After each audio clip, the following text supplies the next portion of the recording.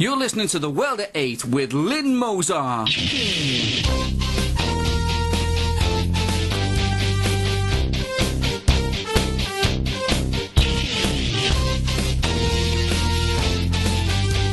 World at 8, the number one in nationalist news. Highlights of the news today, Friday the 3rd of August. Illegals deported after working in the Olympic Stadium in Coventry. Rochdale grooming gang leader gets a good deal in soft-touch British justice. Honour-killing parents found guilty of her murder. House of Lords report from Nick Griffin, MEP. Kurdish rebels attack government forces in Turkey again. 3 non-Arab Muslim terrorists arrested in Spain. Thought for the day, rape trials, one law for one and one for others. And finally, a space probe called Curiosity. UK news. 2 illegal immigrant security guards have been deported after being caught whilst working for the Olympics. The 2 men who took British jobs from British people were caught working at the stadium in Coventry. Aged 21 and 24, both men from Pakistan had overstayed their visas and were noticed by the border agency in a check on staff at the stadium. The 21-year-old was working for East Midlands Security, which was being subcontracted by G4S. Both men are now back home in Pakistan. A World at 8 writer has commented, "Has East Midlands Security been fined? I bet not." One of the victims of the Rochdale Muslim grooming gang leader is angry that her attacker, Shabir Ahmed, has been given a soft sentence. The Muslim paedophile, aged 59, raped young white girls under 16 years old. The judge was also slammed by the victims for allowing such a ridiculous sentence to be passed by him. 22 years were added to his already light sentence of 19 years after being found guilty of repeatedly raping another minor. However, being served concurrently, that means really only 3 years was added to his sentence. Shabir was found guilty of raping a young girl and sharing her around his friends at his flat above his takeaway shop. A World at 8 reporter commented, "These takeaway shops really live up to their name, don't they?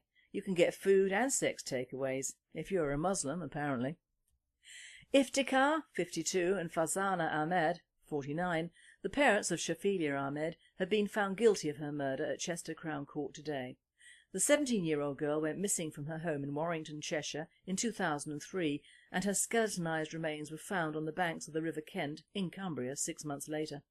Her parents denied her murder and the trial has been beset with accusations, lies and misinformation within the Ahmed family group. Shafilia's parents suffocated her with a plastic bag shoved down her throat in front of their other children in an apparent honour killing.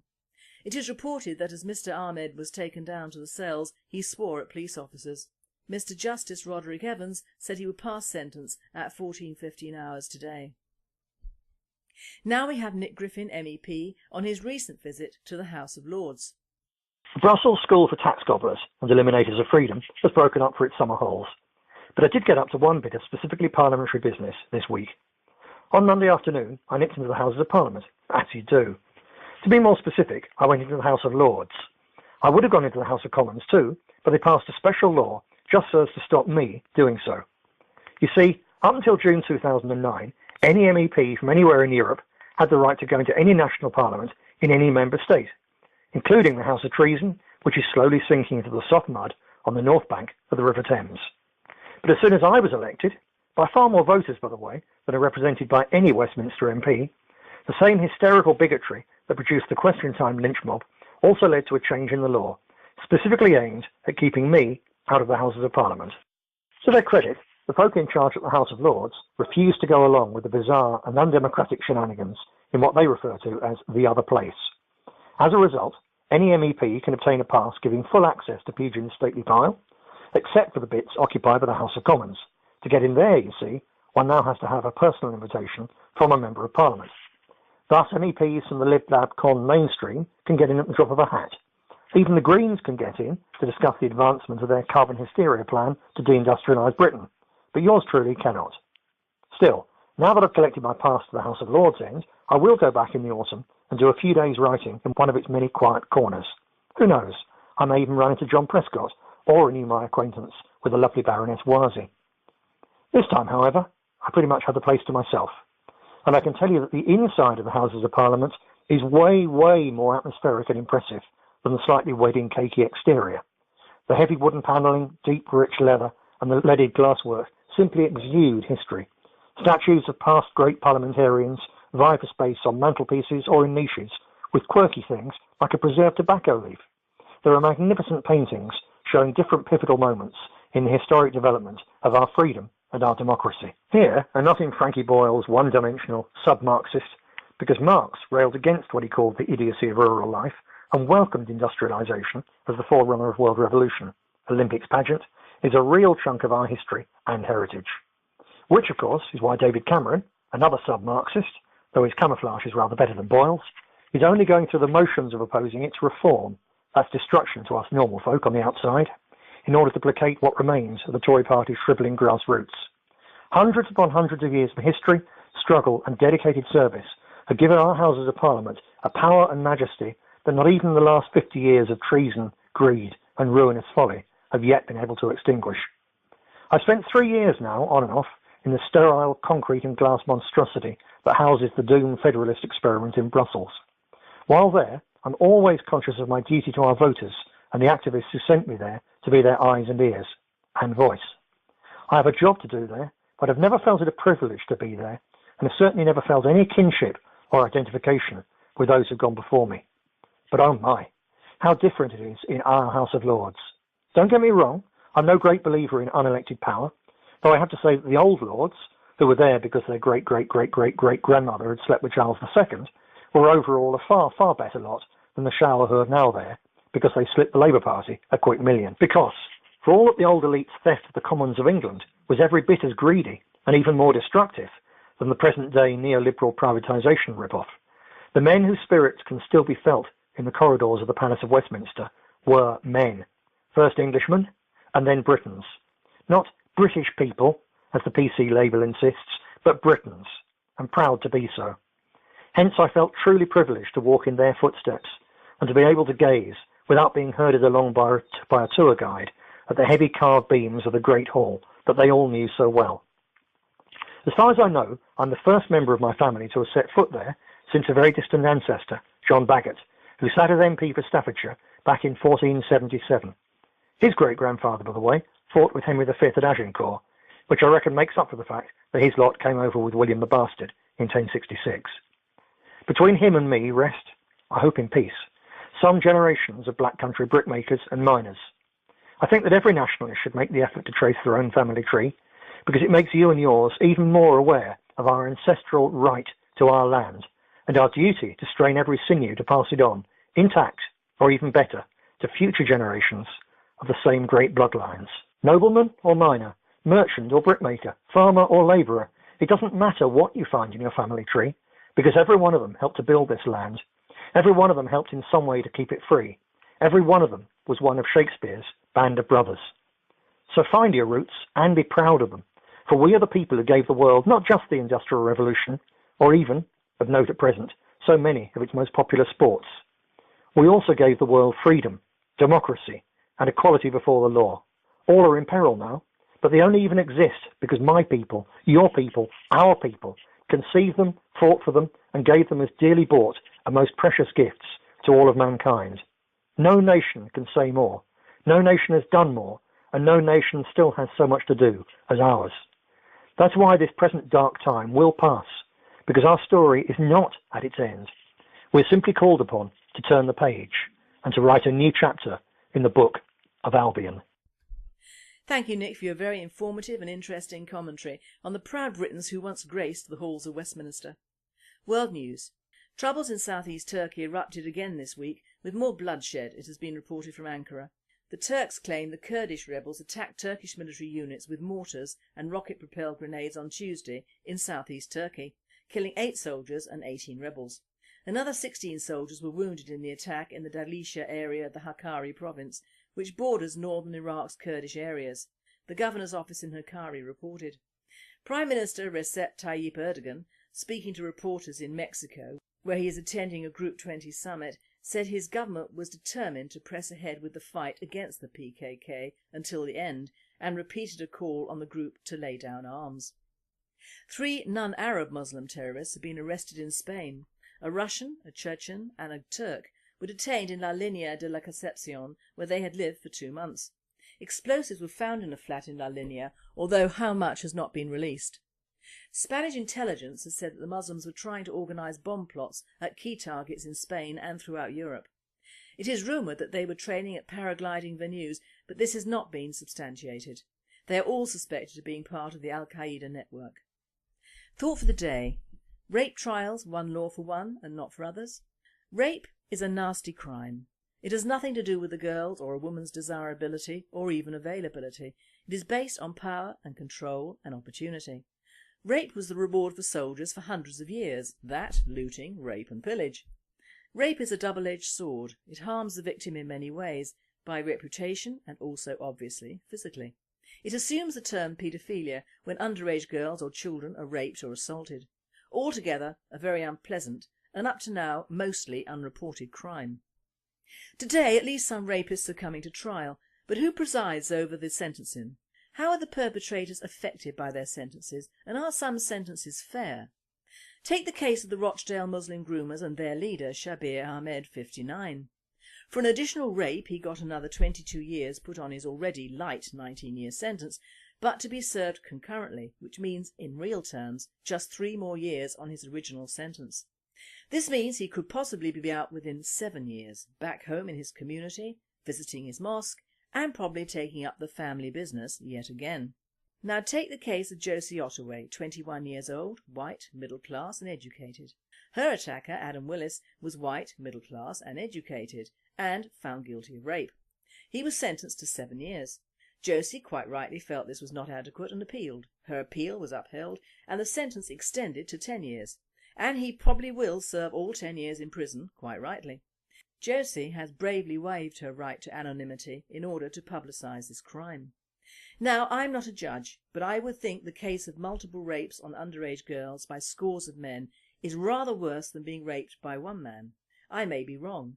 Both crimes are abhorrent, but I believe the leader of the Rochdale gang, who may be responsible for many more unreported crimes against underage girls, and his cohorts, should have received a much heavier sentence.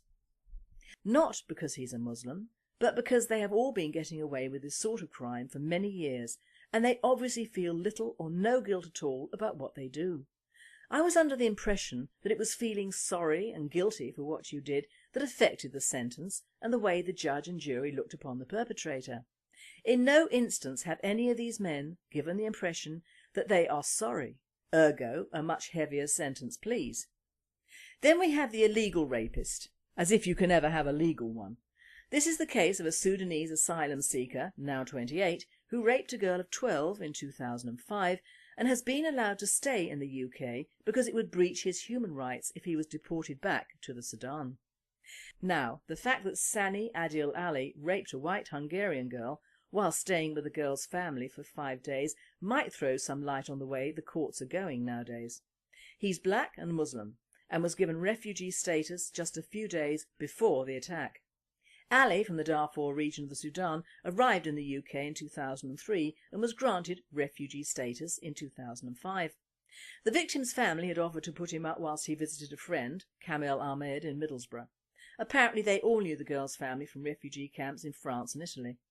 Ali cannot go back because he is from the Zaghawa tribe, who are non-Arab but Muslim, and he might be persecuted. So he received a 3-year jail sentence in 2005 and got out in 2008 and got his appeal going. So he's done his time and he is still here. What justice is there for that child? Apart from the fact we should not allow anyone, and I mean anyone, into this country from now on, and I mean all incomers from Europe, Africa, India, Pakistan, Thailand, Philippines, anybody, anytime, not here. I mean non-Muslims, Muslims, Buddhists, Sikhs, anyone of any religion. We are just too full up and our justice system is going down the pan. Our prisons are full of immigrants despite the official figures, our crime rates are soaring with immigrants and one can see the instance of sexual groomings, underage child rape and just rape are on the increase. This is in a country where our young girls are not sheltered. They walk the streets, literally in some cases, and are ripe for pickings at school. The justice system seems to be heavily biased against the complainee, which is not new. Probably owing to the old adage, woman can run faster with skirts up than man with pants down, and the old male school thing of women and hysteria. Or she was asking for it brigade. Now, I'm not a woman's libber, but I can see that a child of 12 or even a baby of 3 could hardly be asking for it. We must accept in this country that if we allow certain peoples with certain cultures to stay here, they should adapt to our way of life, not we adapt to theirs. In the Muslim culture, child marriage and sexual slavery are allowed. In Africa, child rape and baby rape is allowed. In India, child marriages are allowed. In Pakistan, little boys are put into brothels for men of that persuasion. It is allowed. But it should not be allowed in England. We in the UK have always had our own rapists, buggerers, sodomites, child rapists and paedophiles. Surely we do not need to import this scum from other countries around the world. Although ethnicity has not been reported, over 400 sex offenders set free in the past 3 years have gone on to commit more rapes. We need a proper message to go out to these guys. Ahmed should have a 25-year sentence without appeal, and incorporating Sharia law should be made to pay monetary reparations to the families of those he abused. Willis should serve his 10 years without appeal. Ali should be castrated and sent back to the Sudan. There, harsh, but fair, I feel. There are many cases of girls and women screaming rape for publicity and money. But there again, there are many youngsters out there who are simply too terrified or too ashamed to come out into the open, and that is where these bastards win. These judges who sit in judgment, especially on the Rochdale grooming scandals, should be ashamed. They're letting down their own people, but things have a way of coming back, and the mills of God grind exceeding slow, but exceeding fine. I cannot wait for the day when our lawgivers are not frightened of the establishment, but can think for themselves. That will be a good day for England and the English. And finally, a space buggy called Curiosity is about to make a big landing on Mars.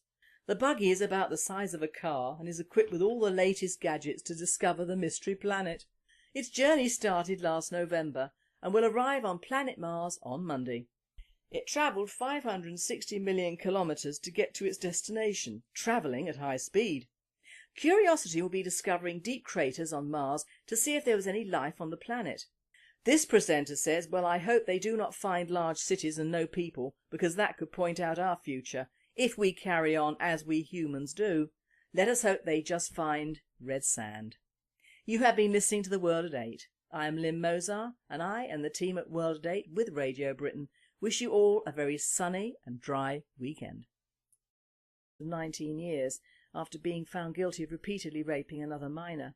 However, being served concurrently, that means really only 3 years was added to his sentence. Shabir was found guilty of raping a young girl and sharing her around his friends at his flat above his takeaway shop. A World at 8 reporter commented, "These takeaway shops really live up to their name, don't they? You can get food and sex takeaways, if you're a Muslim, apparently." Iftikhar, 52, 2 illegal immigrant security guards have been deported after being caught whilst working for the Olympics. The 2 men who took British jobs from British people were caught working at the stadium in Coventry. Aged 21 and 24, both men from Pakistan had overstayed their visas and were noticed by the border agency in a check on staff at the stadium. The 21-year-old was working for East Midlands Security, which was being subcontracted by G4S. Both men are now back home in Pakistan. Rochdale grooming gang leader gets a good deal in soft-touch British justice. Honour-killing parents found guilty of her murder. House of Lords report from Nick Griffin, MEP. Kurdish rebels attack government forces in Turkey again. 3 non-Arab Muslim terrorists arrested in Spain. Thought for the day, rape trials, one law for one and one for others. And finally, a space probe called Curiosity. UK News. You're listening to The World at 8 with Lynn Mozar.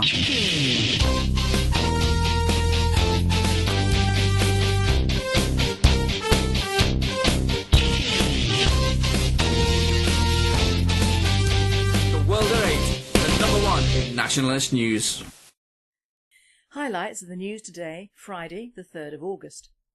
Illegals deported after working in the Olympic Stadium in Coventry. A World at 8 writer has commented, "Has East Midlands Security been fined? I bet not." One of the victims of the Rochdale Muslim grooming gang leader is angry that her attacker, Shabir Ahmed, has been given a soft sentence. The Muslim paedophile, aged 59, raped young white girls under 16 years old. The judge was also slammed by the victims for allowing such a ridiculous sentence to be passed by him. 22 years were added to his already light sentence